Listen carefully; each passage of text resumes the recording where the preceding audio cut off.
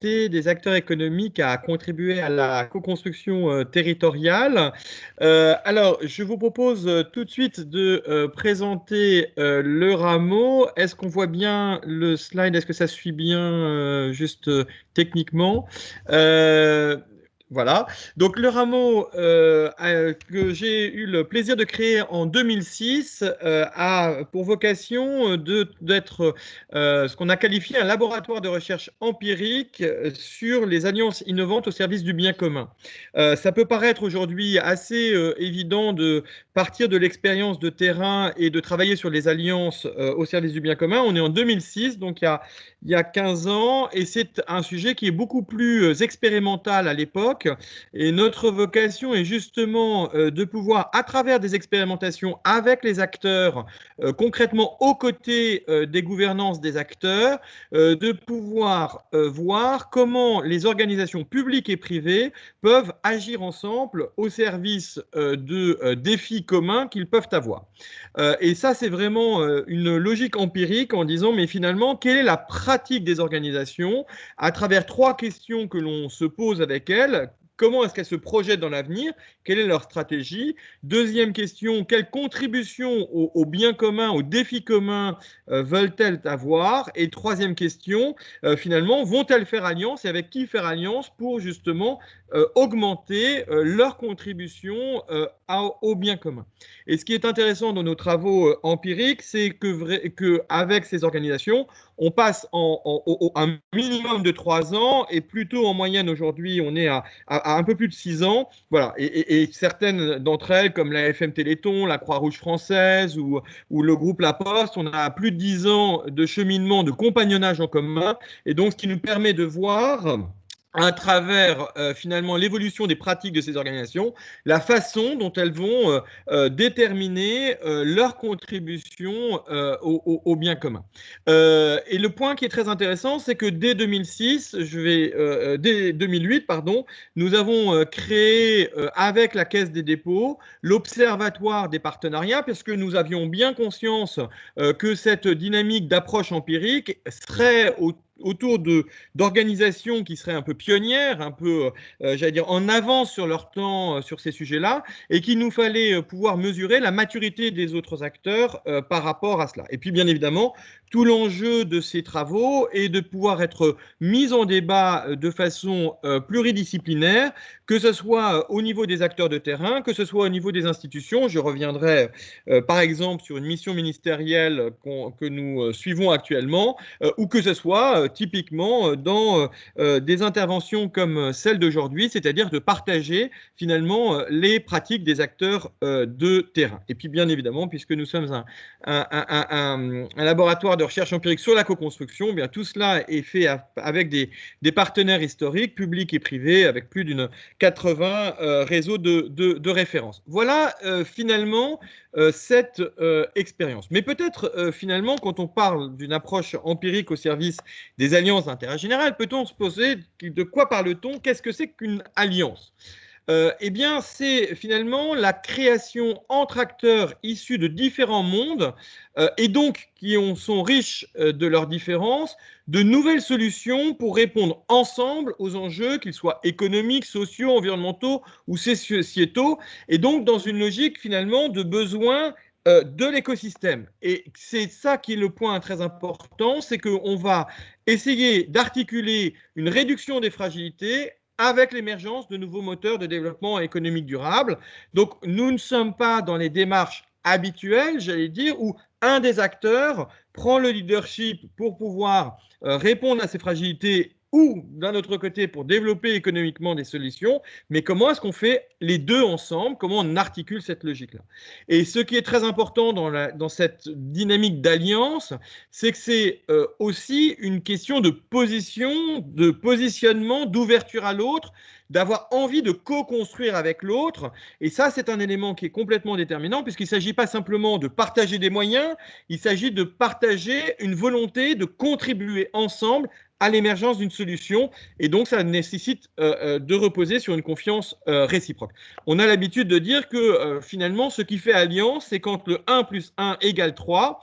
Alors, mon ami Cédric Villani, le mathématicien Cédric Villani, aime bien répondre à cette équation impossible de 1 plus 1 égale 3.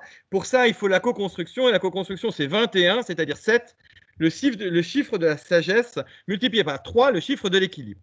Mais pour revenir sur des choses beaucoup plus concrètes, j'aimerais illustrer cette définition de l'alliance sur un exemple en Nouvelle-Aquitaine, au niveau de Poitiers, qui a été une démarche qui, à l'origine, est née du groupe La Poste, qui s'est questionné en 2010 sur, finalement, quelle est la contribution pour nous, groupe La Poste, qui avons des missions d'intérêt général, pour réunir les acteurs du territoire et répondre ensemble à des enjeux, à des défis territoriaux.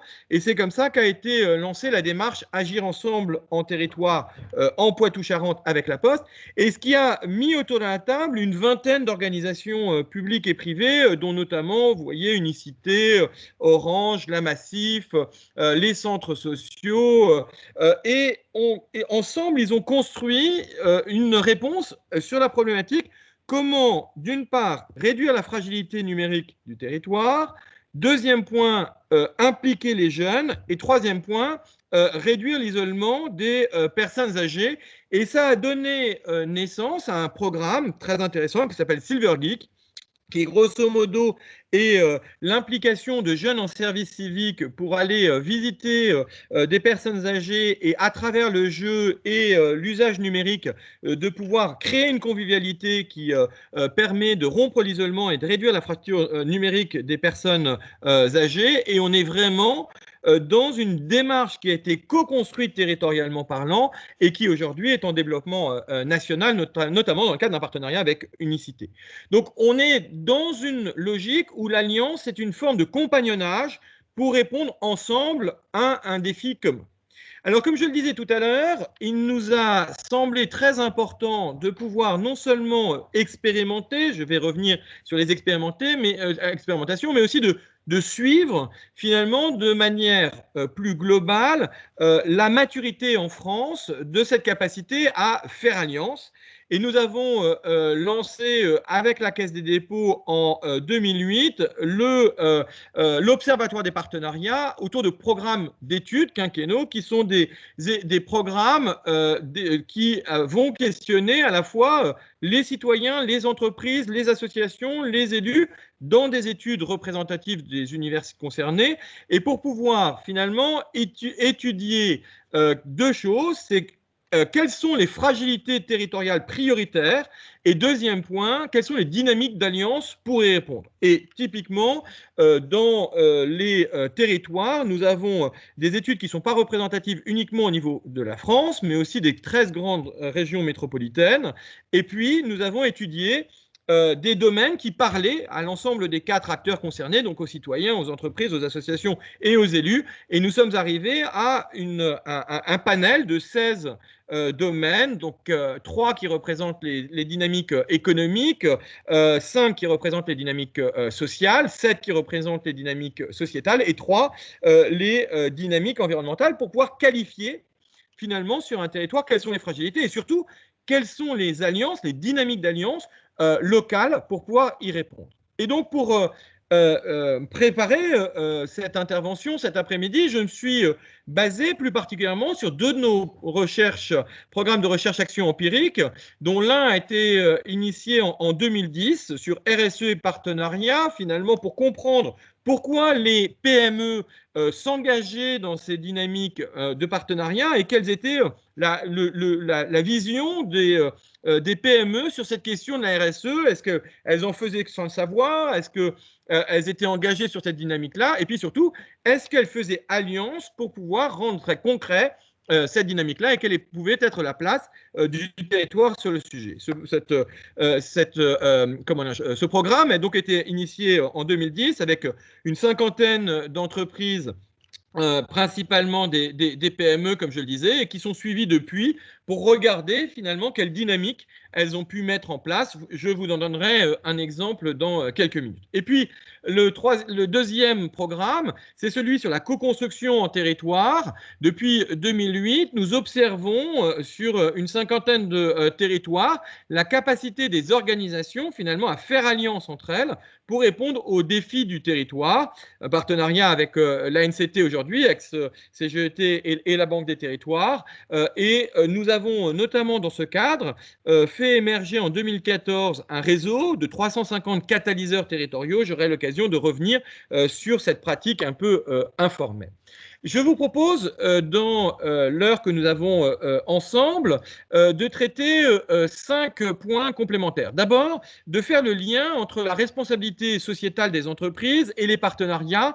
Où est ce point de convergence et pourquoi est-ce que les partenariats deviennent assez naturellement pour les entreprises qui désirent rentrer dans des démarches de responsabilité sociétale, finalement un levier d'action assez naturel. Le deuxième point que nous adresserons, c'est finalement quel est le lien entre l'entreprise et les territoires et pourquoi est-ce que de plus en plus l'entreprise aujourd'hui considère que son lien, son ancrage territorial, ce n'est pas simplement une question d'image, mais surtout un enjeu d'innovation.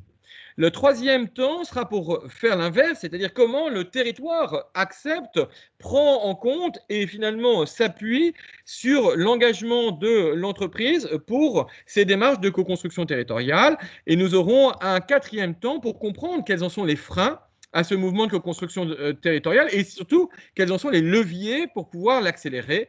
Et je vous donnerai en conclusion quelques éléments, quelques pistes si d'aventure cette intervention vous donnait envie d'en savoir plus sur cette dynamique de co-construction territoriale. Mais sans plus attendre, parlons donc de cette RSE et des partenariats et de la convergence naturelle que l'on trouve entre ces deux dynamiques. Je ne reviens pas sur la définition de la responsabilité sociétale des entreprises. Donc, d'ailleurs, on devrait parler de responsabilité sociétale des organisations, puisqu'elles sont toutes concernées sur un nouveau modèle de performance qui, à la fois, s'appuie sur des performances économiques, sur le progrès social, sur le respect de l'environnement et sur l'engagement sociétal, mais qui aussi ouvre de nouveaux dialogues avec l'ensemble des parties prenantes et peut-être des parties prenantes élargies par rapport à la vision que nous avions de la façon dont les organisations, et particulièrement les entreprises, allaient pouvoir travailler finalement et s'interconnecter avec leur écosystème. Et dans ce cadre-là, ce qui est très intéressant, c'est que on voit que les enjeux des partenariats, en fait, se situent dans deux grandes dimensions. Celui de l'enjeu de mobilisation des acteurs, bien sûr, de mobiliser les parties prenantes de l'entreprise, et notamment les parties prenantes externes de l'entreprise, mais aussi avec des impacts très concrets sur le management de l'entreprise. Mais ce ne sont pas que des enjeux de mobilisation, puisque les partenariats ont aussi une contribution sur la performance de l'entreprise, que ce soit dans sa performance économique ou que ce soit dans sa capacité d'innovation. Et je vous propose très rapidement de brosser finalement ces 4 enjeux possibles du lien entre la RSE et les partenariats pour justement renforcer les liens dans son écosystème. Le premier élément est sur le dialogue avec les parties prenantes. On voit bien que les parties prenantes externes de l'entreprise sont multiples et ont différents objectifs pour l'entreprise. Bien évidemment, on connaît les 4 acteurs clés d'une entreprise, hein, les salariés, les syndicats, les actionnaires, la direction de l'entreprise, le management de l'entreprise. Mais finalement, on voit bien qu'aujourd'hui, l'entreprise se conçoit dans une dimension beaucoup plus large que cela et que ce soit avec les élus, que ce soit avec les associations de riverains, que ce soit, bien sûr, pardon, j'ai oublié les clients, bien évidemment, de façon très importante, mais que ce soit avec les fournisseurs, les sous-traitants, avec l'ensemble des acteurs, il y a une vision beaucoup plus large aujourd'hui qu'il ne pouvait y avoir de l'entreprise hier. Et on voit bien que ces partenariats ont, et on reviendra là-dessus, effet finalement 3 logiques. D'abord, de renforcer l'ancrage territorial de l'entreprise. Nous reviendrons là-dessus, mais finalement, le lien avec les collectivités territoriales et les structures d'intérêt général et d'une manière générale, les acteurs d'un territoire sont un très bon moyen pour pouvoir être en connexion avec ce qui se passe sur le territoire, être ancré sur son territoire, et nous verrons que c'est un enjeu tout à fait structurant pour l'entreprise. Le deuxième, c'est d'élargir son réseau de connaissances, et en élargissant son réseau de connaissances, de pouvoir étendre finalement son réseau d'influence, que ce soit avec les fédérations professionnelles, les clubs d'entreprise, les institutions territoriales, qui jouent un rôle extrêmement utile pour l'entreprise. Et puis, bien évidemment, on peut penser à celui qui vient en premier, c'est-à-dire à traduire les valeurs de l'entreprise, finalement, pour montrer dans l'action que l'entreprise, finalement, s'intéresse à des questions qui ne sont pas simplement la vente de ses produits et services. Et on voit bien que les partenariats permettent, dans ce sens, de toucher des réseaux et des cibles contributeurs. Et donc, cette valorisation de l'entreprise dans son écosystème est tout à fait devenue un levier extrêmement important pour les entreprises. Mais ce n'est pas qu'un levier externe, c'est aussi un levier interne, que ce soit pour mobiliser les compétences et les expertises complémentaires, c'est-à-dire que on voit bien, et je reviendrai là-dessus, mais on voit bien qu'à partir de 2005, grosso modo, l'entreprise perçoit que d'autres acteurs, autres que les acteurs économiques, peuvent lui apporter des compétences qu'elle n'a pas forcément elle-même développées. On peut penser bien évidemment à l'environnement, on peut penser à l'insertion, on peut penser à la question du handicap, et va chercher chez des acteurs, et notamment dans le secteur associatif, finalement des compétences pour l'aider elle-même à avancer sur un certain nombre de sujets. Mais ça peut être aussi, bien évidemment, dans son rôle d'impliquer ses salariés dans un certain nombre de projets qui peuvent avoir du sens pour elles et qui peuvent, pour eux, pardon, et qui peut ainsi augmenter la mobilisation des collaborateurs. Et donc, de la gestion des ressources humaines jusqu'à la favorisation de l'implication de ces salariés dans l'articulation vie professionnelle, vie privée, là aussi, une grande diversité de leviers ont été développés par les partenariats pour répondre aux besoins managériaux de l'entreprise. Troisième axe possible, et là on rentre dans les leviers de performance et non plus simplement de mobilisation, c'est celui de la performance économique à travers la capacité d'avoir des partenariats avec les structures d'intérêt général et ou les collectivités dans des perspectives économiques. Que ce soit par exemple sur l'optimisation des coûts, et c'est tout à fait le cas dans les questions environnementales, sur lesquelles un certain nombre de programmes qui ont été initiés par des fédérations professionnelles, que ce soit sur la gestion des déchets, sur le changement des pratiques en matière d'énergie, n'ont pas seulement un effet environnemental, souhaitable bien évidemment pour tous, mais aussi sur l'optimisation des coûts, puisque bien évidemment une meilleure gestion des déchets ou de l'énergie peut avoir un impact direct sur les coûts de l'entreprise. Le deuxième élément qui est peut-être encore plus évident, c'est la participation au marché public, et on voit notamment depuis le Grenelle de l'insertion en 2009 que dans les clauses d'insertion, dans les dynamiques de marché public, la façon de pouvoir proposer des partenariats devient pour les entreprises un moyen finalement de faire alliance pour répondre à un besoin de marché public. Et puis le troisième, c'est l'appui à l'élaboration d'offres pour les publics les plus fragiles. On peut par exemple prendre l'exemple de Renault avec WeMove, qui est une structure associative historiquement très implantée sur les questions de mobilité durable pour tous. Et finalement, ce partenariat a permis à la fois à WeMove de bénéficier des compétences de Renault pour pouvoir développer les plateformes de partenariat plus largement en France, mais aussi à Renault de pouvoir développer une offre de garage Renault solidaire pour permettre de répondre aux clients les plus fragiles et pour pouvoir finalement trouver des capacités de réparation des véhicules à des conditions tout à fait spécifiques dans les garages Renault volontaires. Il y en a aujourd'hui 700 en France qui pratiquent ce type d'offre. Et Renault avait besoin de cette co-construction avec un acteur qui connaissait bien la mobilité pour les publics les plus fragiles pour pouvoir trouver finalement quelque chose qui était adéquat. Et comme je le disais tout à l'heure, finalement, on voit bien que depuis le Grenelle de l'insertion en 2009, cette logique de construire des offres ensemble a été un élément tout à fait déterminant. Et donc, ça amène au quatrième, finalement, levier qui peut motiver une entreprise pour faire alliance, c'est celle de l'innovation, c'est-à-dire de dépasser la simple, finalement, utilisation d'un contrat échange, qu'est-ce que tu me donnes, qu'est-ce que je te donne, pour pouvoir inventer ensemble des solutions. Et on voit bien qu'aujourd'hui, où l'innovation est au cœur de la performance des entreprises, hein, avec, bien évidemment, au-delà de l'optimisation et l'extension, on voit bien que cette question de l'innovation est devenue sans doute un des leviers de développement des entreprises les plus importants et sans doute encore plus dans la crise de la Covid-19 que nous sommes en train de vivre, et nous allons voir que c'est ce que pensent les chefs d'entreprise dans un instant. Et puis aussi, n'oublions pas que la durée des cycles de vie des produits ayant été divisée par 6 en 10 ans, en passant de grosso modo 5 ans en moyenne à 18 mois, eh bien évidemment, la question de l'innovation devient extrêmement importante. Or, l'innovation, elle n'est pas seulement technique et technologique, même si bien évidemment c'est une des facettes, elle est aussi sociale et sociétale. Et c'est là où les nouvelles alliances ont pu se rencontrer, parce que si l'entreprise a souvent l'apanage de l'innovation technique et technologique, en revanche, on trouve l'innovation sociale et sociétale dans d'autres acteurs de la société, souvent portés par des structures d'intérêt général et ou par l'entrepreneuriat social, en tous les cas des acteurs qui étaient traditionnellement pas forcément les plus proches de l'entreprise, et nous reviendrons sur cette logique-là. Et donc, quelque part, cette responsabilité sociétale de l'entreprise qui a poussé l'entreprise à redéfinir la façon dont elle pouvait travailler.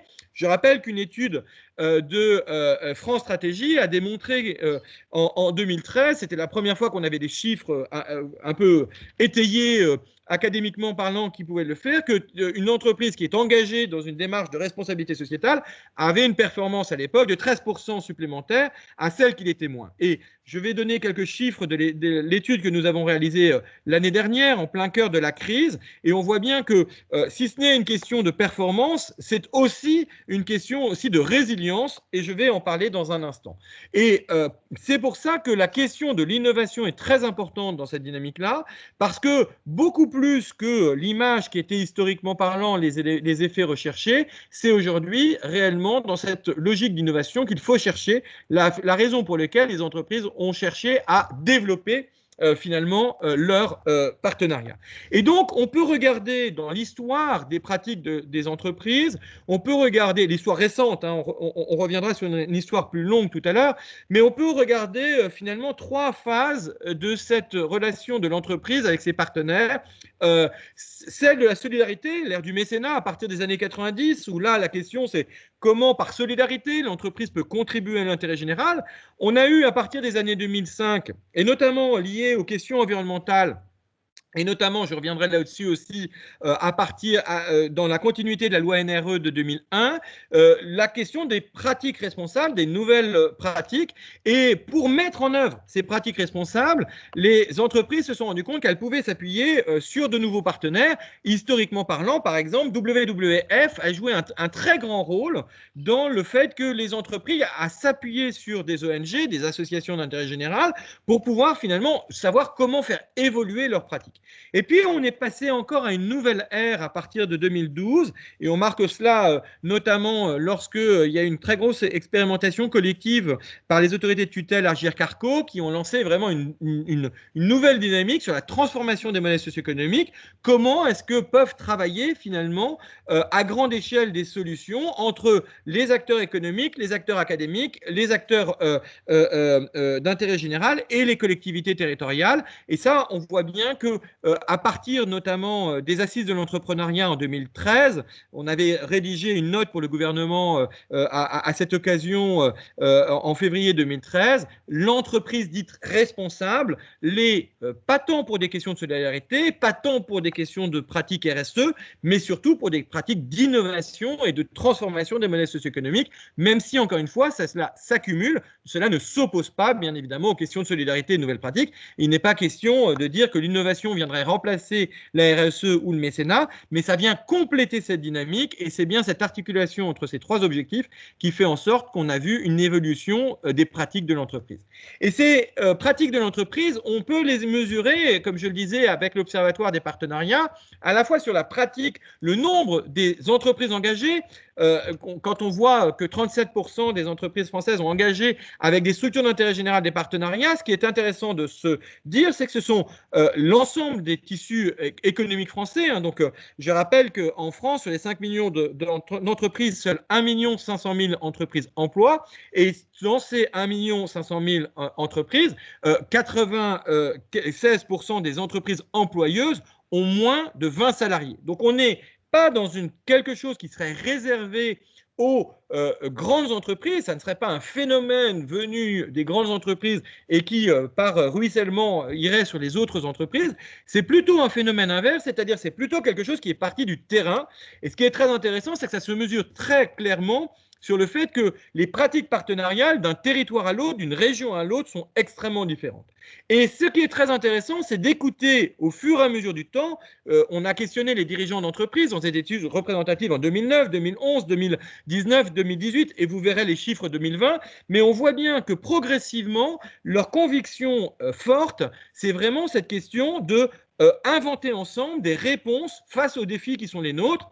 Et ça, c'est quelque chose qui est tout à fait déterminant, pas seulement chez les grandes entreprises, mais là aussi chez les PME. Je ne prendrai qu'un chiffre. Dès 2011, 74% des PME déclaraient qu'effectivement, ces partenariats pouvaient être source d'innovation pour inventer ensemble des solutions. On est très loin de la seule question de l'image ou de la notoriété de l'entreprise. Et je voudrais vous donner un exemple très concret pour incarner finalement cette dynamique-là, qui est le réseau Gaz de Strasbourg, GDS à Strasbourg. C'est une SEM, hein, Société d'économie mixte, qui est d'une taille moyenne, hein, 49,5 millions d'euros. Qui a 175 ans d'histoire, qui emploie 235 collaborateurs, qui est présente sur 92 communes et qui finalement a vraiment appuyé sa stratégie partenariale, pas seulement, comme historiquement parlant, sur un dialogue avec les parties prenantes, mais aussi de plus en plus sur une logique de management, et notamment avec un partenariat extrêmement intéressant avec les Compagnons du Devoir. Le réseau Gaz de Strasbourg, hein, c'est toute l'infrastructure gazière, puisque Strasbourg, Grenoble et Bordeaux sont les 3 villes qui n'ont pas été nationalisées, qui avaient leur propre système de gaz et d'électricité après-guerre en 1946, et donc qui n'ont pas été nationalisées dans le grand dispositif qui a constitué EDF et Engie aujourd'hui, et donc ont leur propre autonomie gazière. Et ce qui est très intéressant, c'est qu'il y a un vrai savoir-faire finalement de gazier sur le sujet, et que typiquement un partenariat qui a été monté entre Centre Entreprise et les Compagnons du Devoir, c'est comment on garde ce savoir-faire de l'entretien finalement de ces réseaux de distribution gazier, puisque différentes générations d'infrastructures se rejoignent et on a besoin de garder ce savoir-faire. Et puis, sur l'innovation, lorsque l'entreprise a été en capacité de faire un certain nombre de businesses importantes, notamment par rapport à la revente d'actifs, elle a créé une fondation territoriale sur la précarité énergétique, et elle a créé un appartement témoin avec le réseau FAS, la Fondation Agir contre l'exclusion, et Unicité, pour inviter des publics fragiles à identifier dans un appartement témoin, finalement, comment faire des économies de toute nature pour réduire sa fracture énergétique. Donc là, on est vraiment dans une entreprise engagée qui va agir et pas simplement financer une opération. Et quelque part, ce qui était très intéressant dans leur programme, c'était de dire on fait un appartement témoin pour qu'après d'autres plus grands puissent le faire. Je rappelle, on est dans une PME locale, enfin une société d'économie mixte locale, hein, 232 collaborateurs, 50 millions de budget. On n'est pas dans un grand groupe, on est vraiment dans une capacité d'agir localement. Et je reviendrai bien évidemment là-dessus, puisque c'est le sujet de voir finalement quel est le lien entre l'entreprise et son territoire, et de voir pourquoi est-ce que cet enjeu d'innovation s'incarne très localement sur ce sujet. D'abord, je voudrais remettre par rapport à l'actualité, puisque il n'aura échappé à personne que depuis un an, quasiment jour pour jour, la Covid-19 s'est inscrite dans notre paysage, et que nous avons voulu savoir si tout le cheminement que je rappelais tout à l'heure, avec le questionnement des entreprises en 2009, en 2011, en 2015, avait finalement été perturbé. Et comment les chefs d'entreprise voyaient le jouet collectif pour sortir de la crise sanitaire. Et cette étude date de juin dernier. Et on voyait bien que 84% des chefs d'entreprise disaient qu'il était incontournable, dont 36% disaient qu'il était incontournable, voire utile, de faire alliance entre collectivités territoriales, associations, initiatives citoyennes et entreprises pour trouver des solutions concrètes pour pouvoir sortir de cette crise de la Covid-19. Je présenterai les chiffres du côté des Français, mais la même étude avait été réalisée à l'époque et 81% des Français considéraient cette même nécessité. Et donc, cette envie de faire alliance, on a voulu savoir avec une étude que nous avons réalisée avec le CJD, dans la foulée de la première, finalement, quel était l'objectif des entreprises? Est-ce que l'objectif des entreprises pour faire alliance, c'était de faire émerger de nouveaux moteurs de croissance, de développement économique durable, ou est-ce que c'était pour réduire les fragilités? Eh bien, c'est les deux. Et en fait, c'est très intéressant parce qu'on voit bien que l'idée aujourd'hui n'est plus d'opposer d'un certain côté la création de valeur économique et de l'autre une capacité à trouver des solutions de solidarité pour réduire les fragilités. C'est comment est-ce qu'on peut faire les deux ensemble. Et là, il y a une conscience très nette des chefs d'entreprise de ce besoin de faire alliance pour pouvoir articuler à la fois cette capacité de créer de l'économie, ça, ils sont assez bien placés pour le faire, mais aussi la réduction des fragilités, dont ils ont bien conscience que pour pouvoir le faire, eh bien, finalement, ils ont besoin de partenaires. Et pour pouvoir le faire concrètement, déjà, comment font-ils alliance? Aujourd'hui, il est très intéressant de voir qu'ils utilisent 4 leviers partenariaux complémentaires. D'abord, des pratiques responsables, comme typiquement la question des achats responsables, l'appel à des travailleurs en situation de handicap. Et là, 64% des entreprises sont déjà dans cette dynamique-là. Sur l'étude pilote que nous avons menée en juillet dernier, nous sommes en train de réactualiser l'étude à grande échelle. Là, ce n'est que des chiffres sur une étude pilote liée avec le CJD. Les chiffres sur l'ensemble du panel français seront publiés le 12 juillet prochain. Et donc, je vous invite à suivre ça, bien évidemment, avec intérêt. 1 sur 2 à l'époque, mais on est vraiment dans la question de la crise de la Covid-19, puisque d'habitude c'est 1 sur 3, avaient engagé des actions de mécénat, et notamment se développent de plus en plus des questions de mécénat de compétences, comment on peut mettre des compétences au service des structures d'intérêt général. 1 sur 3 avait commencé à développer des coopérations économiques. Et là, dans la coopération économique, il s'agit de faire une offre commune. Comment est-ce que l'entreprise et la structure d'intérêt général ou la structure d'insertion par l'activité économique, là en l'occurrence c'est le cas des jardins de Cocagne, vont pouvoir ensemble créer une solution qui va permettre finalement d'être valorisée ensemble. Et typiquement, dans le territoire alsacien, les cafés Satie et les jardins de la Montagne Verte ont inventé ainsi une solution pour faire des déchets de torréfaction des cafés Satie, un engrais pour l'activité des jardins de la Montagne Verte et de pouvoir valoriser finalement cette action commune ensemble. Et puis, le dernier possibilité de cette relation entre l'entreprise et des structures d'intérêt général sur son territoire, c'est l'innovation sociétale. Comment est-ce qu'on invente ensemble des solutions? Et là, on part de finalement une capacité à avoir une question que l'on pose et à se dire comment est-ce qu'on va y répondre ensemble. Par exemple, l'entreprise SATD, qui est une petite PME alsacienne avec l'association des parents des enfants en situation de handicap, l'APEH, on se sont posé la question ensemble, comment est-ce qu'on peut faire une aire de jeu qui soit réellement une aire de jeu mixte, puisque dans les appels d'offres qui étaient faits par les collectivités territoriales jusqu'à là, grosso modo, on disait comment est-ce qu'on prend en compte les enfants en situation de handicap, mais grosso modo, comment est-ce qu'on fait un espace dédié aux enfants en situation de handicap. Et là, l'ambition commune de l'entreprise, de la PME et de l'association, c'est de dire, mais est-ce qu'on ne pourrait pas faire, finalement, plutôt que d'avoir 80% de l'espace pour tous les enfants et 20% réservé aux enfants en situation de handicap, est-ce qu'on ne pourrait pas inventer ensemble un espace qui sont conjoints pour qu'on n'ait pas un phénomène, finalement, de retranchement exclusivement pour les enfants en situation de handicap.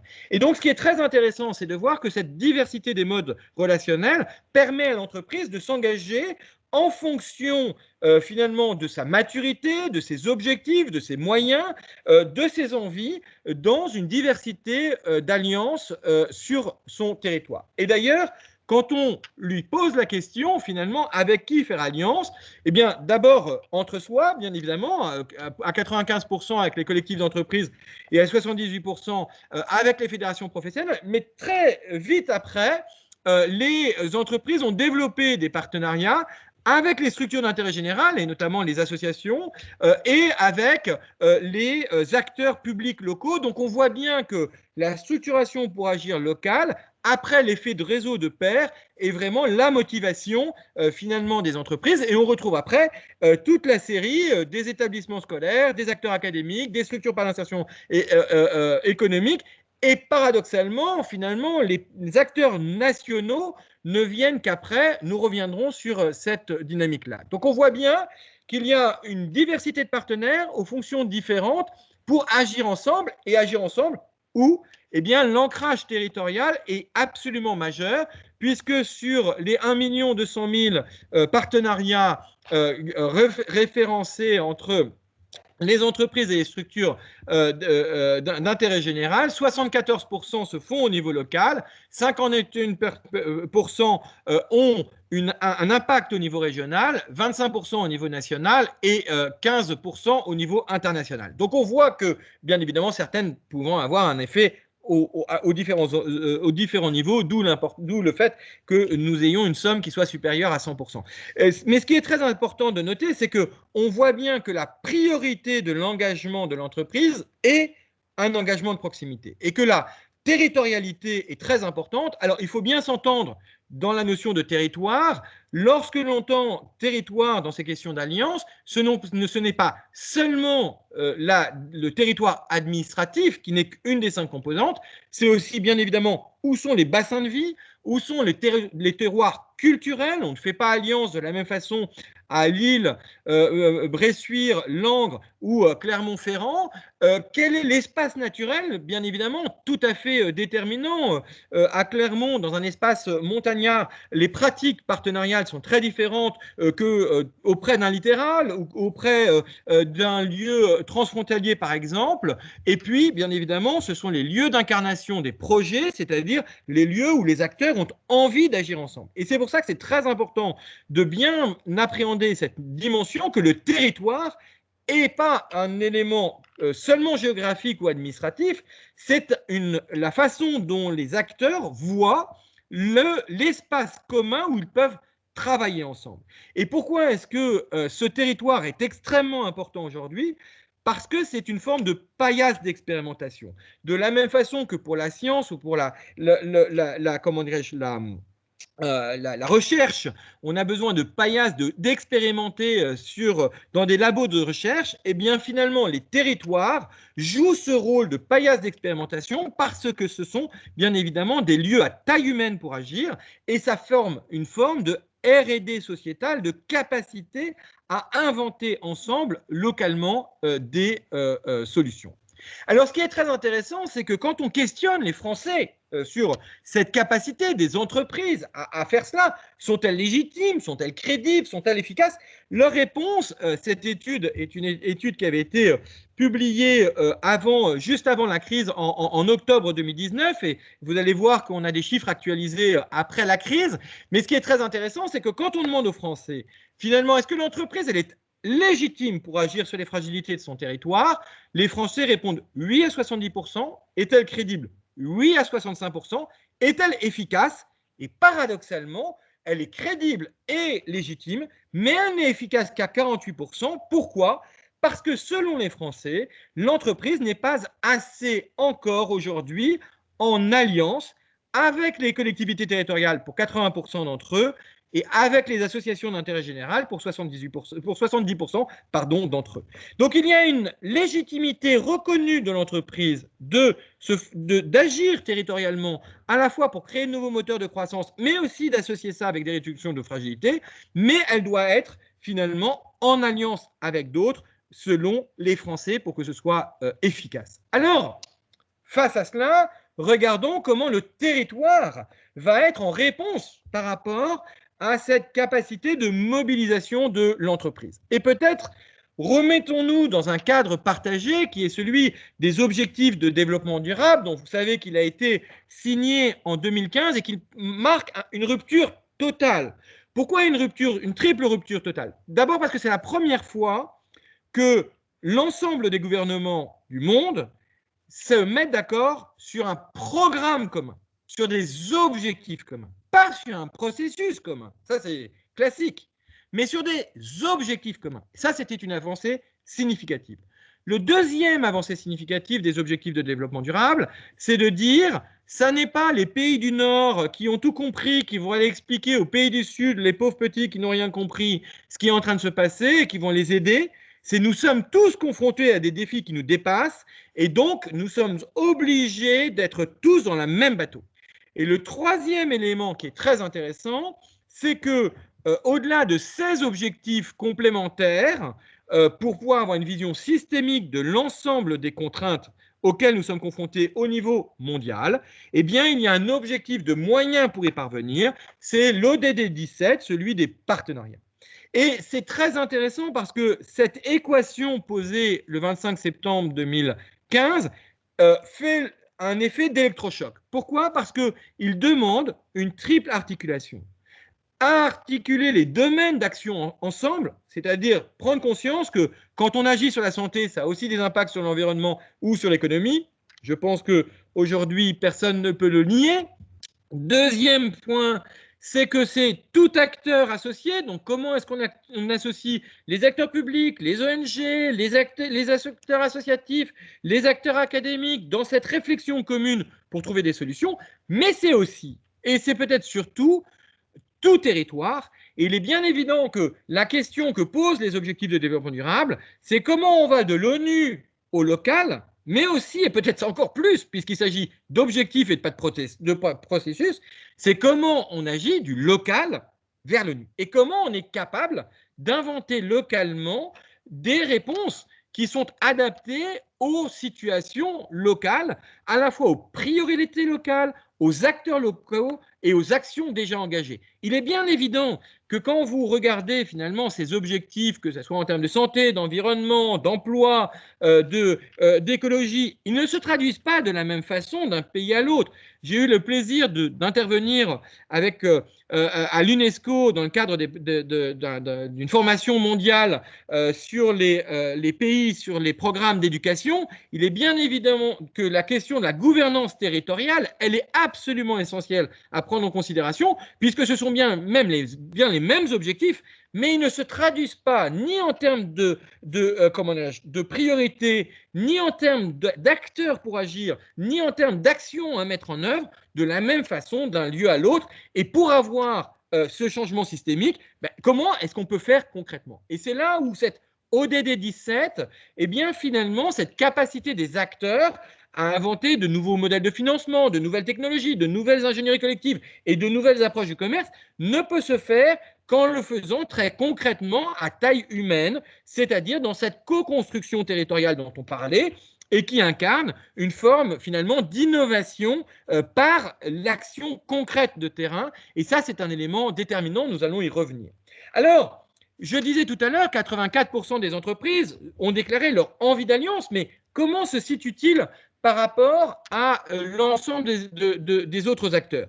81% des Français que nous questionnions l'année dernière, là encore en plein cœur de la Covid, pour savoir finalement, est-ce que ces coopérations entre associations, entreprises, citoyens, démarches citoyennes, collectivités, est-ce que finalement c'est utile? C'est pas seulement utile, il y a un devoir d'alliance pour 80% des Français. Et ce qui est très intéressant dans l'étude que nous avons publiée le 25 novembre dernier, sur lequel vous allez avoir des résultats dans un instant, 92% des maires reconnaissent l'utilité de ces alliances, et donc l'envie d'alliance des entreprises s'inscrit dans un mouvement de co-construction qui s'incarne dans les territoires depuis une décennie, sur lequel il y a une forme de consensus, d'accord sur le fait de dire nous pouvons œuvrer ensemble, agir ensemble très localement.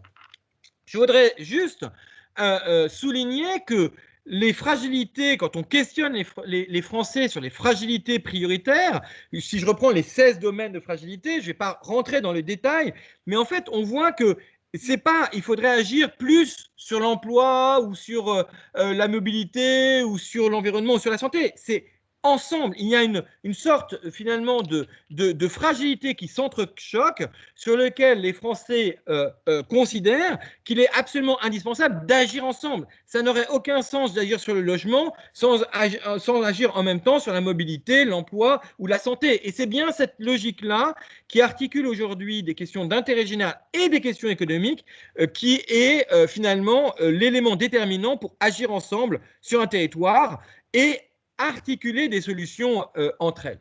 Ce qui est très intéressant aussi, c'est de voir qu'on est dans un moment un peu historique, parce qu'on est à un moment donné où les 4 grands acteurs, les 4 grandes organisations, quelque part, ont besoin de cette co-construction. Les institutions, parce qu'elles sont appelées à co-construire les politiques publiques pour mobiliser les énergies. Faire tout seul, aujourd'hui, n'est plus considéré comme finalement une bonne solution. Pour les acteurs économiques, j'en ai parlé, la responsabilité sociétale effective de ces entreprises est un élément pour rester performant qui est absolument indispensable. Pour les structures d'intérêt général, on voit bien que l'hybridation des modèles socio-économiques pour augmenter leur impact, pas simplement pour avoir les moyens d'agir, mais pour pouvoir inventer des solutions qu'elles n'auraient pas pu inventer, et l'année dernière a été très marquée par cela, finalement, leur capacité d'interagir avec les collectivités, avec les entreprises, avec les acteurs académiques de leur territoire, leur permet de démultiplier leur capacité d'invention. Et puis, pour les acteurs académiques, bien évidemment, l'acquisition des savoirs qui se fait de moins en moins par les pairs et de PERES et de plus en plus par les pairs PERS, bien évidemment, invite de nouvelles formes finalement de pédagogie, et peut-être l'intervention d'un acteur comme moi aujourd'hui l'incarne. Il n'est pas certain qu'il y ait 15 ans, on ait accepté que ce soit un praticien-chercheur qui vienne intervenir et non pas un acteur académique pur souche qui vienne intervenir dans un cours comme celui-ci. Et ça montre bien que finalement, chacun est concerné et chacun a un pas de côté à faire dans cette logique-là. Et je voudrais juste insister sur le fait que les mutations des relations entre les acteurs et particulièrement entre les organisations ne touchent pas simplement les alliances, pas seulement ce dont je viens de parler depuis finalement 40 minutes, c'est-à-dire qu'on passe d'un contrat échange à un contrat alliance de co-construction.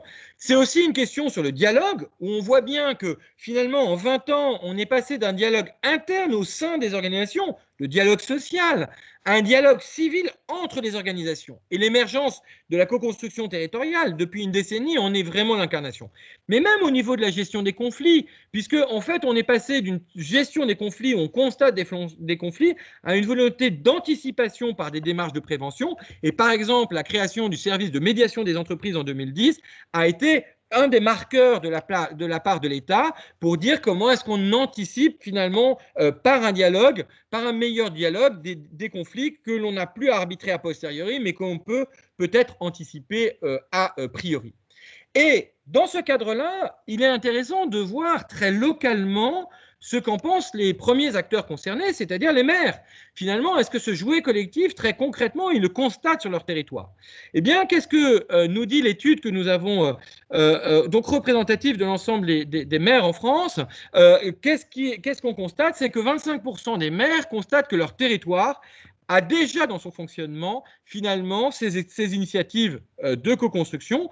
46% d'entre eux les voient émerger, autrement dit, il y a 71% de ce qu'on appelle des territoires actifs, plus ou moins actifs, mais qui sont déjà passés progressivement à l'œuvre.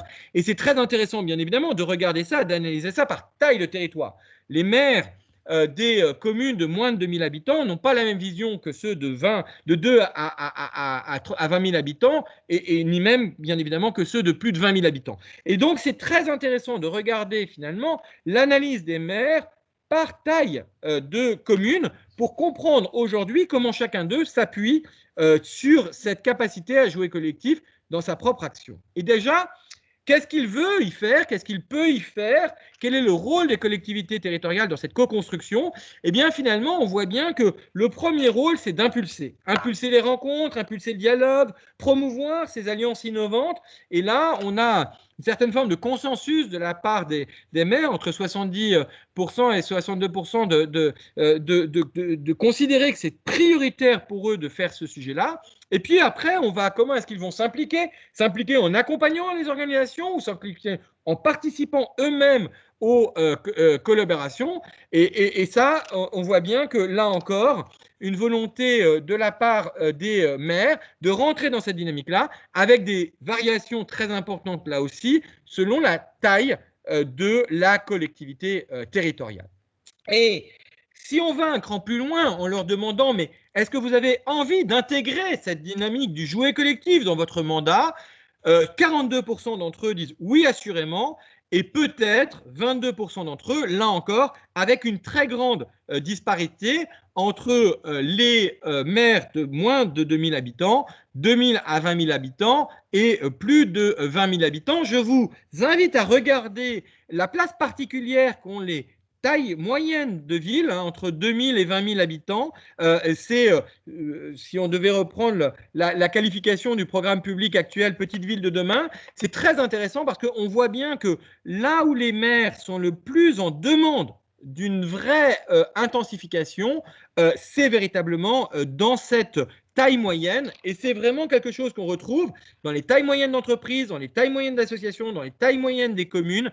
C'est vraiment là où cette possibilité d'agir ensemble, d'inventer ensemble, est vraiment extrêmement structurante. Alors, les partenaires du jouet collectif, selon les maires, eh bien, ce sont d'abord les structures d'intérêt général et les initiatives citoyennes, suivies des ETI et des PME, puis des structures d'insertion par l'activité économique. Je vous invite à regarder qu'ils ont en revanche une vision extrêmement différente de la possibilité d'impliquer des grandes entreprises, puisque seuls 18% d'entre eux le font déjà au niveau national pour les grandes entreprises. Alors, ça peut être expliqué soit parce qu'il y a un dialogue plus distant, soit parce que, bien évidemment, tous les territoires n'ont pas la chance d'avoir une grande entreprise impliquée à proximité avec un rayonnement sur ce sujet-là. En tous les cas, les PME et les ETI font bien partie du trio de tête avec lequel les maires agissent déjà et ont envie, finalement, de développer ces relations de plus en plus.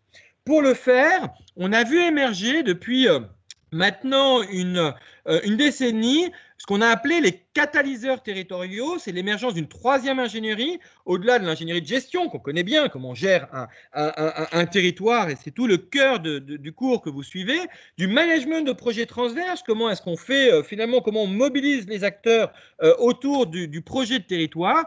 Il y a finalement comment on crée du lien entre les acteurs du territoire pour les mobiliser, pour les inviter à venir finalement contribuer au territoire et inventer ensemble les solutions. C'est cette troisième ingénierie qu'on a appelée celle de la catalyse territoriale, où aujourd'hui on identifie plus de 350 catalyseurs territoriaux répandus à peu près partout en France sur cette dynamique-là. Naturellement, si je cite sur Clermont, que ce soit à travers le rôle que les acteurs publics peuvent jouer eux-mêmes. Je crois que vous avez le Grand Clermont, le PETR du Grand Clermont qui participe à ces cours, bien évidemment, fait partie de cette dynamique-là. Vous avez Maceo, agence de développement sur le Massif central. Vous avez Ronalpia ou Coco Shaker sur l'implication de l'ESS, où vous avez bien évidemment, je ne peux pas manquer de le citer puisque nous sommes partenaires dans le cadre de la chaire Interaction, AgroParisTech qui réfléchit sur ces dynamiques-là. On voit bien qu'effectivement, les catalyseurs peuvent venir de l'ensemble des acteurs finalement pour pouvoir réfléchir comment on mobilise les organisations d'un territoire à agir ensemble sur ce sujet-là.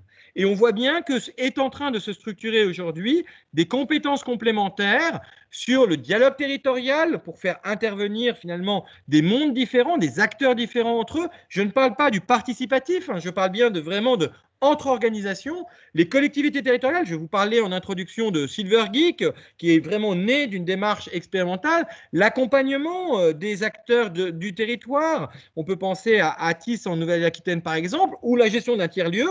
On peut penser au catalyseur de l'université de Paul Sabatier, par exemple. Je voudrais juste m'attarder une minute sur un exemple qui est celui du territoire Paris-Est Marne-et-Bois, qui finalement, depuis 2010, a lancé cette dynamique Agir ensemble sur les territoires. Ça a commencé par la création d'un club Gravel Entreprendre pour pouvoir mobiliser l'ensemble des entreprises de son territoire, du fleuriste jusqu'à Essilor, puisque Essilor a son siège social sur la ville. Ça a suivi par des dialogues locaux, comment est-ce qu'on peut agir ensemble.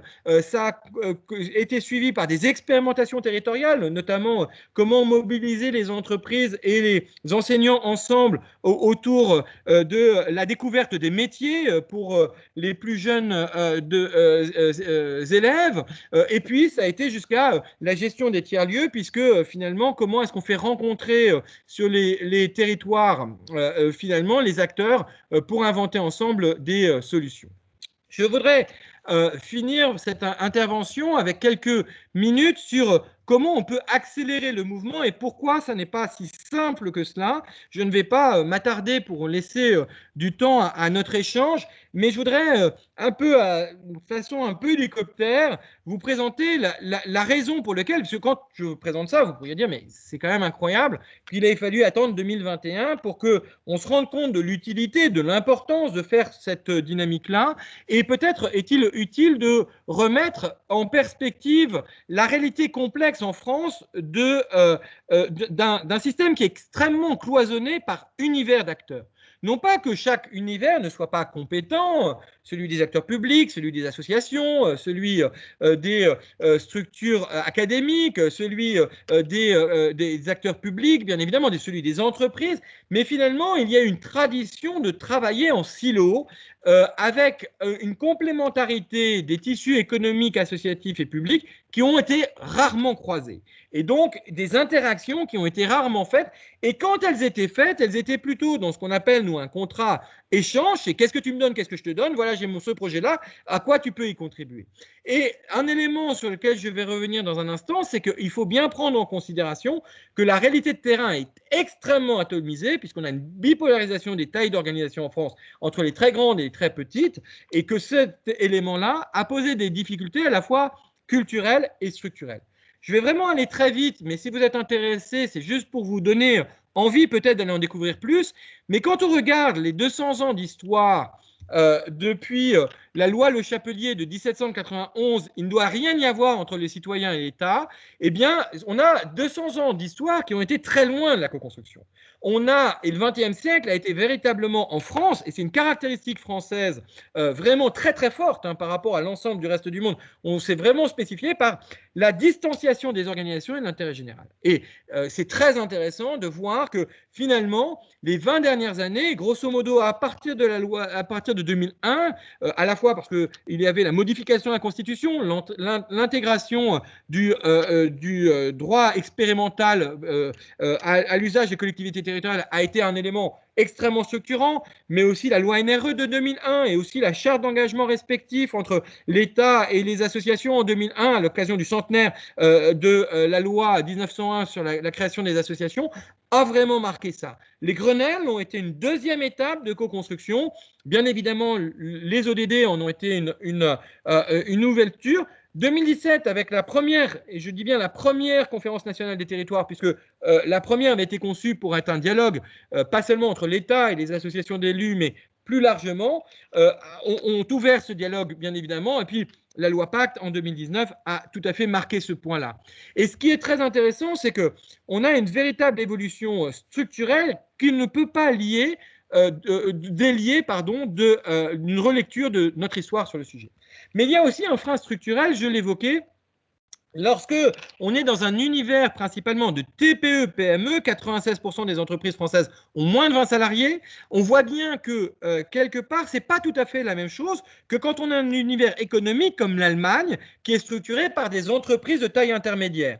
Juste à titre de comparaison, dans les années 80, l'Allemagne avait 4000 ETI, nous avions 4000 ETI. Aujourd'hui, en France, il y a 5800 ETI et en Allemagne, il y a plus de 15 000 ETI. Ces structures de taille intermédiaire structurent l'activité économique allemande, alors que nous avons une bipolarisation entre les très grandes entreprises et les très petites entreprises. Et c'est vraiment ce qui caractérise finalement le paysage français économique. Mais pas seulement le paysage économique.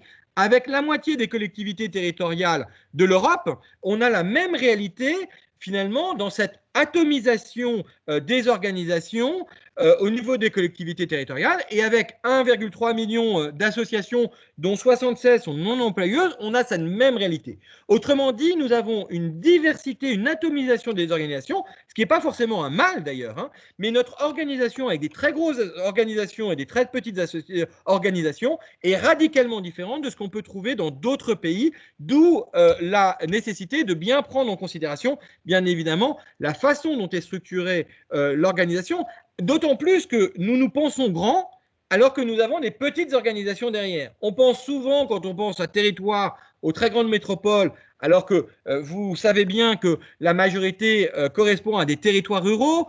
On pense tout de suite, dès qu'on passe entreprise du CAC 40, alors qu'on voit bien que le tissu majeur est un tissu de TPE, PME en France, et donc non pas finalement qu'il faille opposer les deux, bien au contraire, mais il faut bien voir que les réalités, bien évidemment, n'est pas tout à fait la même quand on est à Paris, à Bressuire ou à Clermont-Ferrand et à une petite ville à côté que je n'ai plus en tête, je l'avais noté, je ne l'ai plus, c'est pas grave, j'ai un petit trou de mémoire. Alors, pour pouvoir dépasser ces freins, ce qui est très intéressant, c'est qu'on a posé la question aux Français en disant par quoi faut-il commencer? Est-ce qu'il faut changer les règles et les normes? Est-ce qu'il faut se doter d'un projet commun? Ou est-ce qu'il faut finalement agir en commun? Eh bien, on voit bien que le premier élément, c'est d'agir en commun pour 48%. Après, il faut une vision partagée, bien évidemment, et suivi des normes et des règles. Et c'est un peu à l'inverse que ce qu'on a l'habitude de faire, c'est-à-dire, généralement, on pose une règle, on la justifie par une vision, et après, on dit comment on agit. Eh bien, ce que nous disent aujourd'hui les Français, c'est cette volonté de pouvoir commencer par l'action, et c'est là où, bien évidemment, les partenariats ont un rôle très important. Alors, comment on peut favoriser cette action très concrète, cette dynamique? D'abord, en outillant les organisations des territoires, en capitalisant l'expérience des pionniers, en mettant en place des modes d'appropriation adaptés. Pourquoi? Parce qu'il ne s'agit pas, lorsque l'on va parler par exemple à une TPE, de lui donner des exemples de grandes entreprises. Ça n'est pas sa réalité. Il faut bien évidemment que ça corresponde à la réalité de ses propres pairs, de ce qu'elle vit à côté. Deuxième élément, pour accompagner ces acteurs, finalement, il faut doubler, il faut avoir une double logique, à la fois une logique sectorielle. Par exemple, je vous invite à regarder ce que la Fédération des entreprises de propreté, qui a été l'une des pionnières dans les approches finalement de RSE sectorielle, a pu porter pour l'ensemble de la profession, mais ne pas opposer et articuler avec l'approche territoriale. Et l'exemple, par exemple, de la plateforme territoriale RSE de Nantes Métropole, qui a été la première plateforme RSE territoriale, est extrêmement intéressante finalement à croiser. Et c'est bien cette double approche sectorielle et territoriale qui peut permettre d'emmener l'ensemble des acteurs, bien évidemment, dans cette dynamique-là. Et puis le dernier point, il faut quand même favoriser les expérimentations. Si on n'a pas le droit de pouvoir les faire, c'est un peu compliqué. Il faut non seulement les promouvoir et montrer, finalement, faire la pédagogie de l'utilité de ces alliances, mais il faut aussi avoir un cadre technique qui puisse permettre de le faire. Et c'est là où c'est la bonne nouvelle, finalement, de mon intervention, et je l'aurais faite il y a un an, je n'aurais pas pu la faire de la même façon. Il y a une mission ministérielle qui a permis d'éclairer sur l'état des lieux pour comprendre aujourd'hui ces dynamiques d'alliance, pour outiller aussi, bien évidemment, les acteurs, et surtout pour dire il faut que nous ayons une feuille de route qui permette d'accompagner les choses. Je vous passe, mais si ça vous intéresse, vous aurez bien évidemment tout ce que je vous donne est en open source, donc vous pourrez le trouver. Les 21 mesures qui permettent vraiment de faire avancer les choses, et on voit bien que depuis un an, les choses ont largement avancé, et notamment, et j'en finirai par là, parce que il y a une proposition de loi sur l'expérimentation d'un droit de l'alliance d'intérêt général qui a été déposée pas plus tard que début février, pardon, à l'Assemblée nationale, d'un commun accord entre le Parlement et le gouvernement sur le fait de se dire, et si on essayait de donner un cadre qui permette aux collectivités, aux associations, aux entreprises de faire des expérimentations innovantes au service des défis de leur territoire. C'est une vraie victoire politique puisque depuis 8 ans, nous battions pour cette reconnaissance. Et j'en finirai vraiment là pour laisser la place à un échange.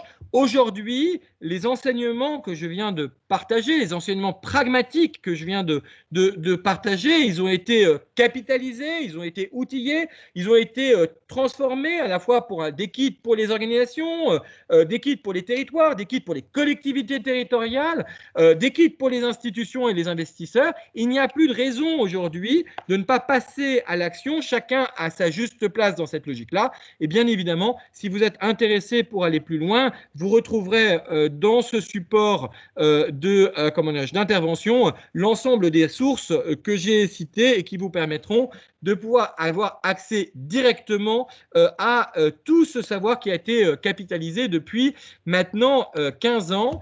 J'espère que cette présentation a répondu à vos interrogations et surtout, j'espère qu'il va y avoir beaucoup de questions dans le quart d'heure qui nous reste, les 20 minutes qui nous restent, pour pouvoir y répondre. Et merci beaucoup, cher Benoît, d'avoir mené cette intervention d'une seule traite. C'était extrêmement riche et voilà, il y a énormément d'éléments et le PowerPoint est extrêmement complet. Donc, moi, j'ai quelques questions, bien sûr, mais je laisse tout de suite la parole au groupe. Donc, vous levez la main, vous avez l'habitude pour, voilà, pour poser... voilà, soit poser des questions parce que vous avez des questions, soit faire des remarques ou si ça fait écho à des expériences propres que vous avez, c'est l'occasion. Et n'hésitez pas encore une fois.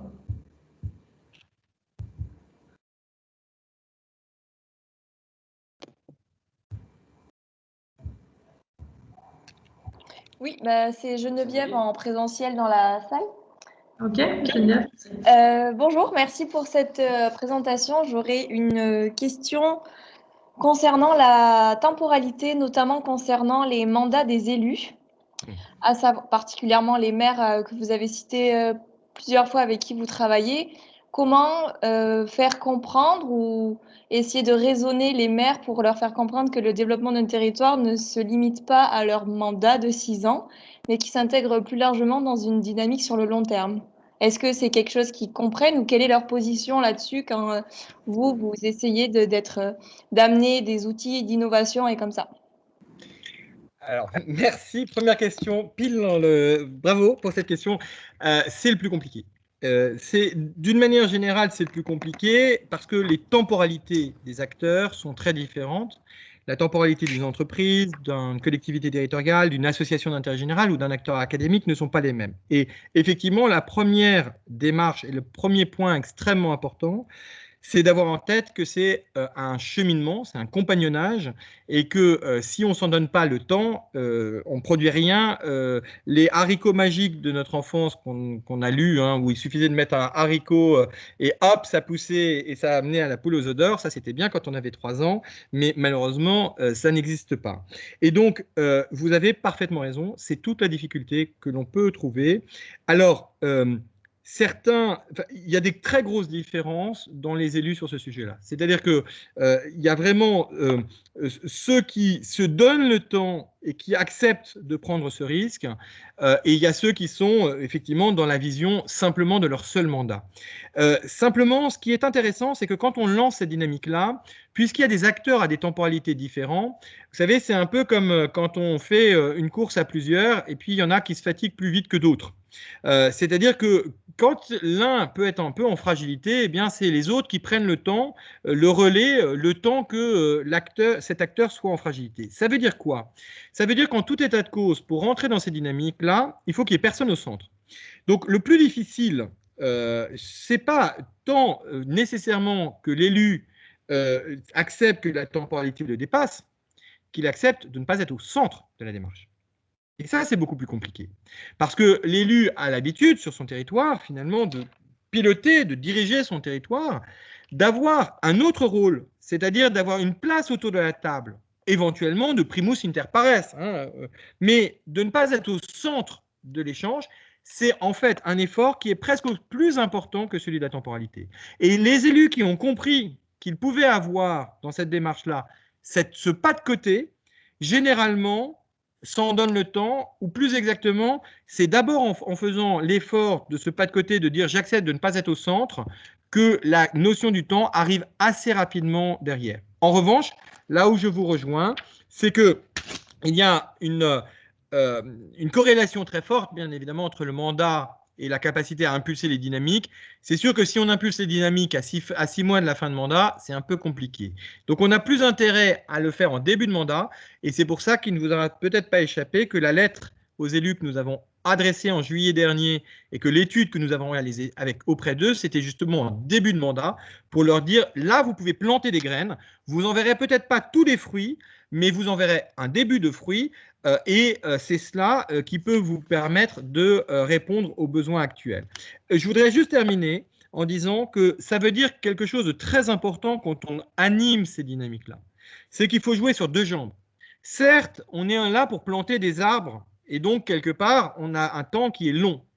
Mais les gens qui ont la patience d'attendre que les arbres aient poussé sont rares.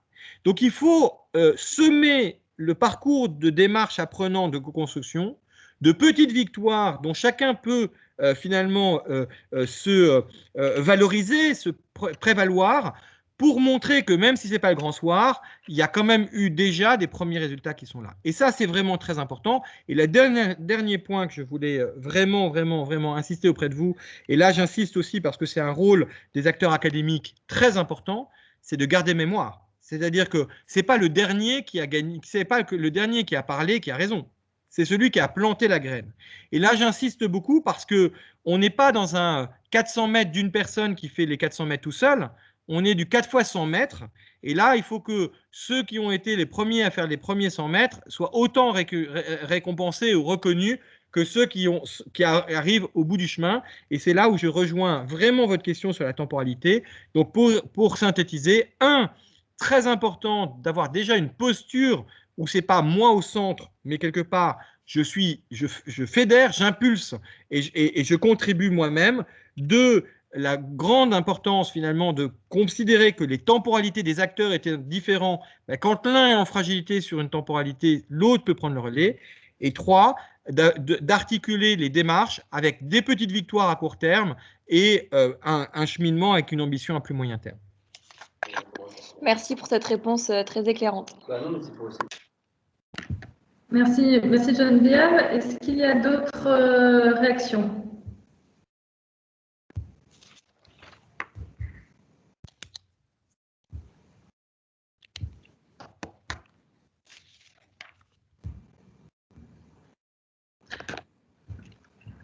J'espère que je ne vous ai pas tous endormis. Ça serait dommage. Parce qu'il y a sans doute un certain nombre de choses qui doivent faire écho à l'exercice qui vous est demandé, notamment sur la manière de regarder les relations entre les entreprises et leur territoire. Enfin, du coup, nous, on ne manquera pas de vous questionner sur ça. Alors, du coup, si j'enchaîne, moi, j'ai peut-être pour ouvrir un peu la discussion. Il y avait une question, pardon. Cécile, il y avait une question. Il y a une main levée, elle s'est rebaissée. Oui, c'était moi, c'était Martin du coup.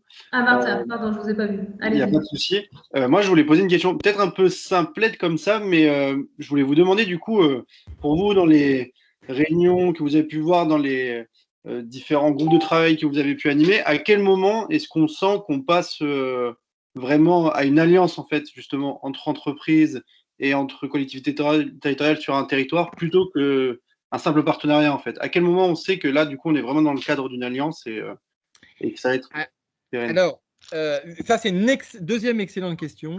En fait, il faut aller chercher chez nos amis asiatiques, dans ce qu'ils appellent le nemawashi.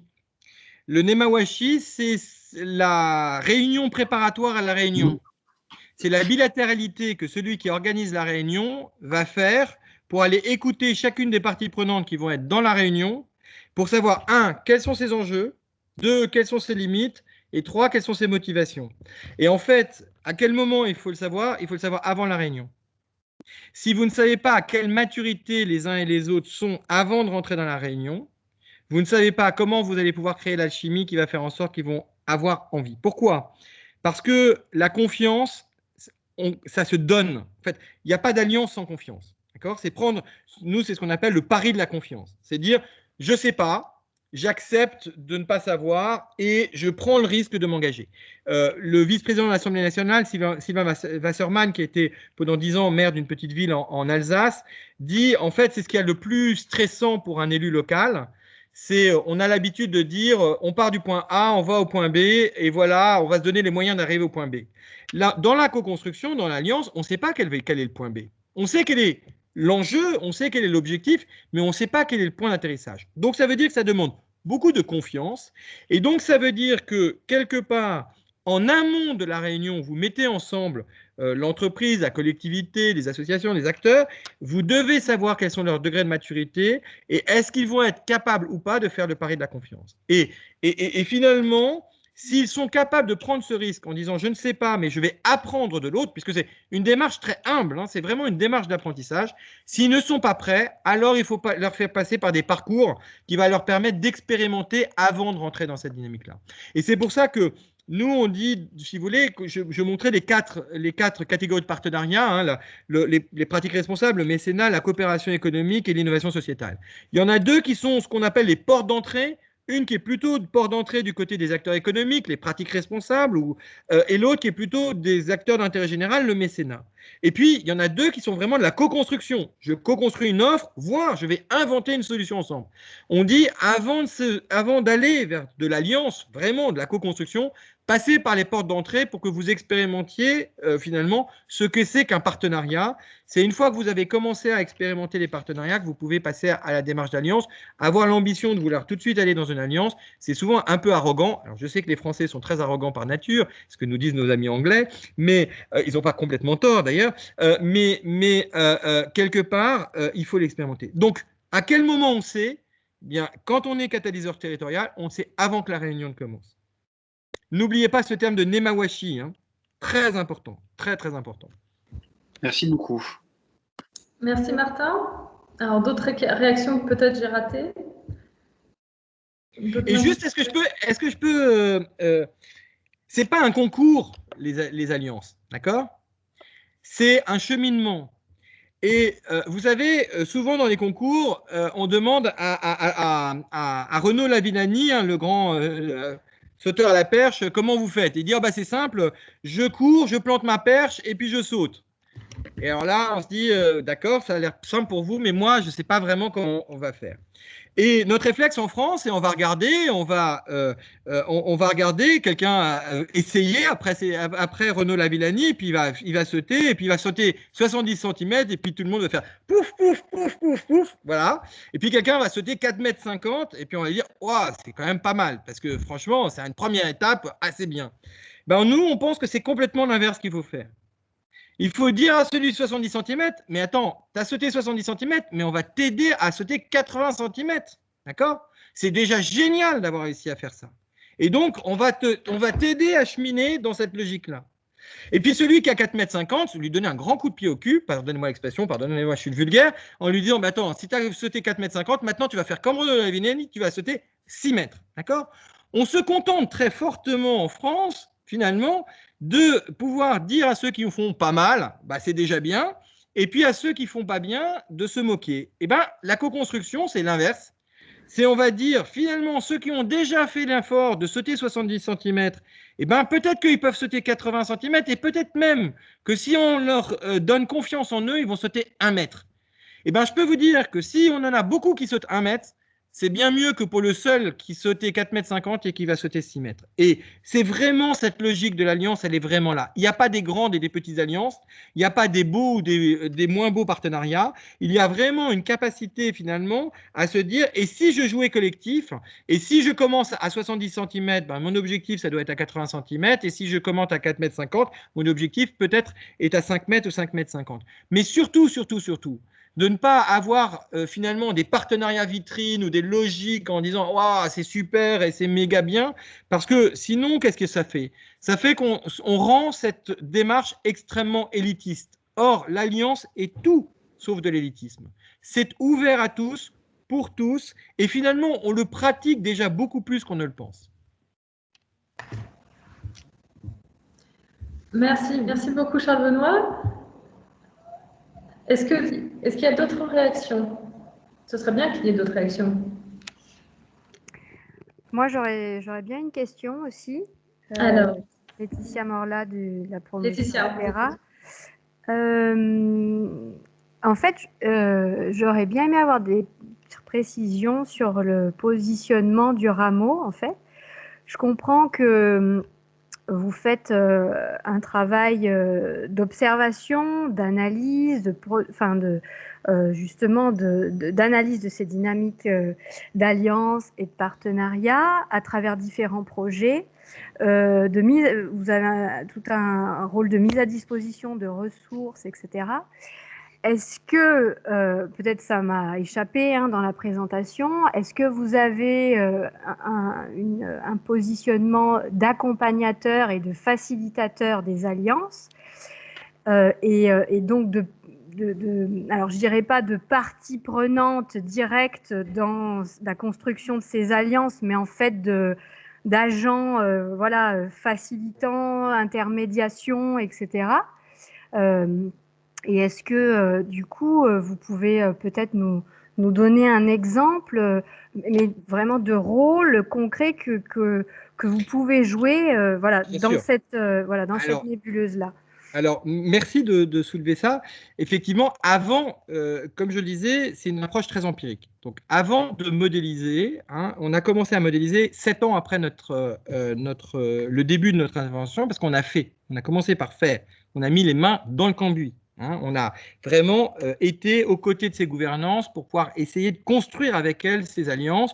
On peut parler du groupe La Poste qui a donné lieu en 2014 à l'Alliance Dynamique. On peut parler d'un certain nombre d'initiatives, bien sûr, avec des associations, avec des têtes de réseau associatives comme l'UNCPE en domaine de l'environnement. On peut parler, bien évidemment, on parlait de catalyseurs territoriaux. En 2008, Alsace Active, qui est un fonds territorial, qui est à la fois un fonds d'accompagnement des acteurs de l'ESS et un fonds de financement des entreprises et des acteurs de l'ESS, vient nous voir en nous disant voilà, on pense qu'il faut accompagner les acteurs à faire alliance. Est-ce que vous pouvez nous aider à construire finalement cette logique-là? Donc, on a commencé par faire. Et pendant 7 ans, on s'est tu. Peut-être pour ça que je suis aussi bavard aujourd'hui, c'est qu'on s'est tu pendant 7 ans. Pendant 7 ans, on s'est tu et on a fait. On a fait aux côtés, on a fait avec. On a été vraiment dans cette dynamique-là.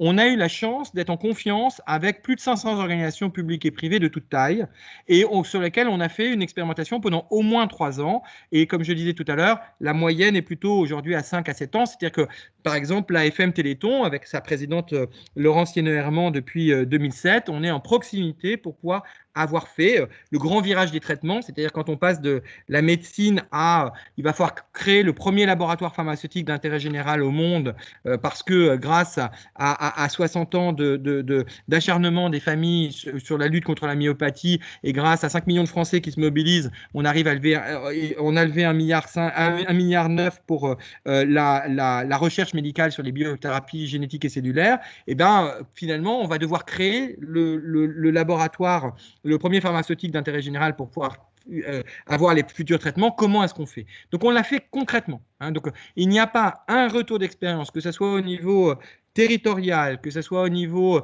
territorial, c'était avec la ville de Charenton, ce que j'expliquais tout à l'heure. On chemine depuis 2010 avec la ville de Charenton. Donc, c'est vraiment de l'expérience vécue sur lequel, à un moment donné, on prend de la distance pour pouvoir capitaliser cette pratique, la modéliser. Et quand on dit modéliser, c'est montrer la diversité des modèles. Ce n'est pas réunifier un modèle en disant il y a un modèle, c'est au contraire montrer la diversité des modèles et le partager, le diffuser très largement, à la fois aux acteurs institutionnels, d'où la mission ministérielle que j'ai co-présidée avec la députée Cathy Racon-Bouzon, et puis aux acteurs académiques, d'où ma présence ici, ou le partenariat avec la chaire à interaction d'AgroParisTech. Hein, donc c'est vraiment de partir de l'expérience de terrain, parce que ces démarches d'alliance et de co-construction, si on ne les vit pas, c'est très compliqué. Et d'ailleurs, on voit bien que dans le cheminement, la première chose à faire, c'est si la personne en face de vous, elle n'a jamais fait ça, c'est même pas la peine d'essayer de lui expliquer, c'est pas une question d'intellectuel, c'est si on ne s'est pas mis dans cette situation d'être côte à côte et pas face à face, eh ben on n'a pas l'habitude de le faire. Et donc, il y a toute la logique qui est derrière, c'est de faire des techniques, des pratiques pour pouvoir faire expérimenter à petite échelle, hein, ça suffit souvent pour déclencher cette logique-là. Mais il n'y a pas un élément que je ne vous ai partagé aujourd'hui que nous n'ayons pas nous-mêmes vécu aux côtés des gouvernances, soit publiques, soit privées, dans leur propre cheminement, donc leurs propres difficultés du sujet. Et peut-être vraiment, parce que je sais que c'est à ça que vous vous formez, c'est-à-dire à accompagner les territoires, cette démarche d'être copilote aux côtés, finalement, hein, vraiment de pouvoir être là pour avoir fait, avoir expérimenté et accompagner cette prise de décision, c'est un élément déterminant. Je voudrais juste citer un statut particulier en France qu'on connaît mal et qui pourtant est très intéressant, c'est celui de la Croix-Rouge française. La Croix-Rouge française, ce n'est pas une ONG, ce n'est pas une association, ce n'est pas tout ça, c'est un auxiliaire des pouvoirs publics. Chaque pays qui signe la Convention de Genève s'oblige à créer un croissant ou un Croix-Rouge, suivant le pays, pour être finalement un peu son éclaireur, son guide. Et il y a des moments où l'éclaireur, il va devant pour aller expérimenter, puis il y a des moments où il revient pour dire voilà comment est-ce qu'on peut aller, et on peut vous aider, vous accompagner dans cette logique, un peu comme un copilote dans une voiture. C'est vraiment la posture que l'on a. C'est pour ça que c'est très atypique, hein, et c'est pour ça qu'on a, on a un peu de mal à qualifier notre modèle, parce qu'il est assez atypique. C'est vraiment de faire silencieusement pendant 7 ans, de capitaliser, modéliser et partager les résultats, et après d'aider d'autres finalement à partir de cette capitalisation pour faire leurs propres expériences, parce qu'encore une fois, comme le disait Confucius, hein, l'expérience c'est une bougie qui n'allume que celui qui la porte. Si vous n'avez pas fait, c'est très compliqué finalement de projeter l'ensemble des sujets qui sont derrière. Merci. Si je peux me permettre une petite question complémentaire. Dans cette période du faire, justement, vous avez eu quel type de statut? Est-ce que vous avez été prestataire? Est-ce que vous avez été beaucoup plus autonome que dans une relation contractuelle avec une structure? Et dans ce cas-là, voilà, c'est un peu ce type de… Alors, voilà, merci pour cette question. Nous ne sommes pas… Alors, nous sommes sous statut associatif d'intérêt général, donc nous n'avons absolument pas le droit de faire de la prestation de service. D'accord ? Donc, nous allons chercher nos propres financements. Grosso modo, des financements qui sont à 70% des financements privés de partenaires comme La Poste, comme Renault, comme AG2R La Mondiale, donc les groupes de protection sociale, comme les caisses d'épargne, comme ces éléments, et 30% des partenaires publics, et notamment au premier rang duquel notre partenaire historique qui est la Caisse des dépôts, qui a vraiment été depuis quasiment notre création, notre partenaire. Et donc, on ne fait pas de prestation de service, donc toutes nos interventions sont gratuites. Ça, c'est très, très important. Sinon, on n'aurait pas ni une légitimité, ni une capacité de pouvoir interagir avec les gouvernances telles qu'on le fait. Et la question que vous posez, qu'est-ce qu'on a fait pendant cette crise, elle est très intéressante. En fait, on a été voir le médiateur des entreprises et on a été dire au médiateur des entreprises, Pierre Pellouzet, en disant Pierre, je pense que l'État ne sera pas en capacité de faire autre chose que de gérer l'urgence. Et si nous, on prenait le temps de mettre autour de nous les organisations qui veulent réfléchir sur l'anticipation de l'après pour les acteurs, les actions d'intérêt général. Donc, on a fait ça entre mars et juin dernier, on a réuni une cinquantaine d'acteurs. Par exemple, quand on a appelé la Croix-Rouge française, le DG m'a dit mais tu sais, cher Benoît, c'est vraiment important pour nous aussi d'avoir des espaces où on peut prendre un peu de recul, prendre un peu de distance sur le sujet. Et on a fait tout simple, hein, on les a mis autour d'une table, et nous, ce qu'on a fait, c'est qu'on a capitalisé toutes les études qui étaient sur les besoins des acteurs associatifs, des besoins des collectivités territoriales, etc., toutes les études qui sortaient. Deuxième point, tous les plans d'urgence et les plans de relance qui étaient faits. Et troisième point, finalement, on a commencé à progressivement, parce que ça a commencé à apparaître en mai dernier, demain sera complètement différent qui étaient faits. Pourquoi je dis ça ? Nous n'avons pas de réflexe de veille partagée. Et donc, quel est le réflexe très français ? C'est, il y a une situation, je vais agir tout seul et je ne regarde absolument pas ce qui se passe autour de l'écosystème. Nous, on pense qu'il y a 2 leviers qui sont essentiels dans la co-construction. Le premier, c'est de se mettre autour d'une table en disant quelles sont les situations, mais il faut être en confiance, bien évidemment, mais quelles sont les fragilités auxquelles nous sommes nous-mêmes confrontés dans ce moment-là. Et je peux vous dire que d'avoir eu des services de l'État, des grands réseaux associatifs, des grandes entreprises qui partagent ensemble sur leurs fragilités en même temps qu'elles avançaient, ça a été un espace extrêmement riche, extrêmement puissant. Tout a été capitalisé, donc si vous le voulez, c'est bien sûr disponible. Et l'autre point, c'est comment on capitalise pour avoir une visibilité sur, nom d'un chien, l'ensemble des études qui sortaient sur les besoins des uns et des autres, sur l'ensemble des programmes d'urgence, etc. Et moi, ce qui m'a agacé, c'est très vite, on a vu 20 programmes sur le numérique se mettre en place sans qu'il y ait de connexion ou même de connaissance des programmes les uns avec les autres. Comprenez-moi bien, je pense que toutes les initiatives sont bonnes. Il ne s'agit pas de avoir l'initiative. Mais il faut au moins que quand on travaille sur un sujet, on se renseigne sur ce que d'autres font pour ne pas réinventer la roue. Voilà très concrètement ce qu'on a fait, nous. On a mis un espace un peu de... Voilà, pour que chacun puisse exprimer sa liberté. Vous savez, quand on est à la Caisse des dépôts, quand on est un ministère en charge de la vie associative ou quand on est médiateur des entreprises, etc., d'avoir un espace où on peut dialoguer avec d'autres en confiance et où on peut aller trouver une veille partagée sur lequel finalement nous ce qu'on avait à faire à ce moment-là, parce que malheureusement on ne pouvait pas faire de co-construction très directe, eh bien quelque part ça a été très utile. Et ça, c'est 2 éléments très précieux, le dialogue et l'outil de veille partagée. Ok, merci beaucoup Charbonneau pour ces réponses précises. Bon, il est 15h36. Est-ce qu'il y a éventuellement une toute dernière question ?